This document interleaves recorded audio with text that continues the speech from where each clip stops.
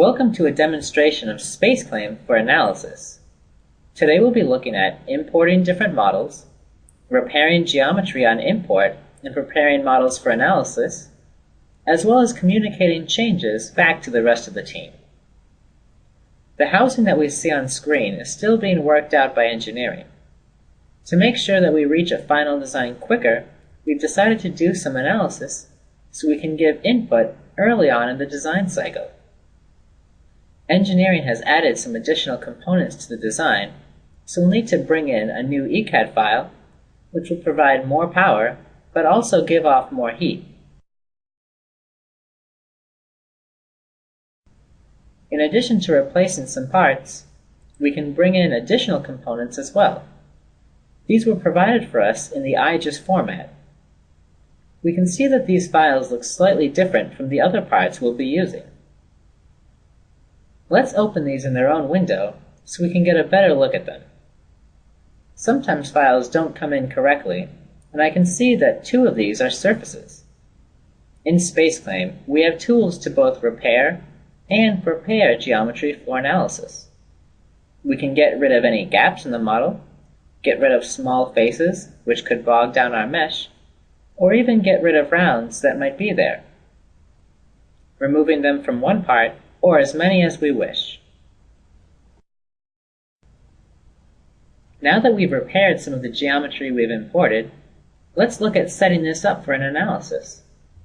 What we really need is the space around all of our components and the inside of the housing. For this, we can create the volume on the inside of our part. We'll just mark off all of the flow exits and create our inner volume. It's a little bit easier to see if we open this up and take a look. Here we can see how the solid representing the flow contains all of the necessary surfaces. Sometimes though, if we go back to our original assembly, it's easier to see when we drop down into a cross-section. Once we create the volume though, we might want to make some changes. If we find that the housing gets too hot from our circuit board, we might want to move it to a larger area inside. We can move the board to the back and see the space it used to occupy, and we can make all of these changes while we're in a 2D section. Then if we need to make a new volume, we can recreate the old one simply by clicking it.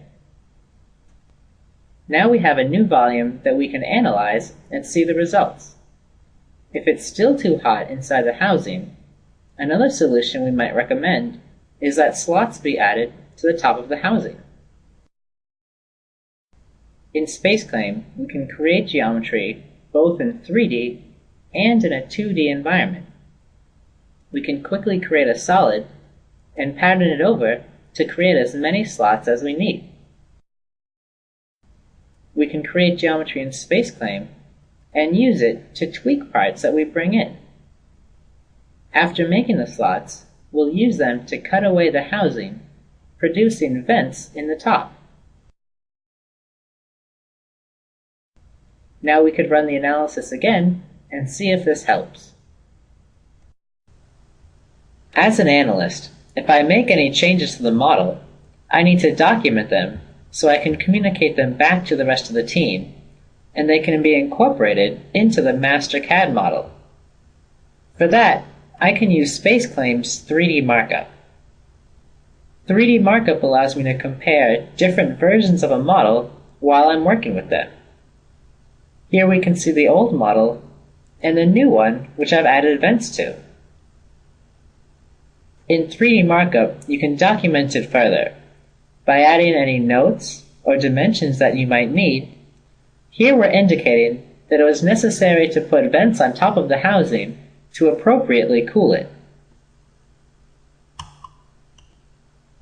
Or showing color change face mode, which will highlight which faces were changed by what color they are.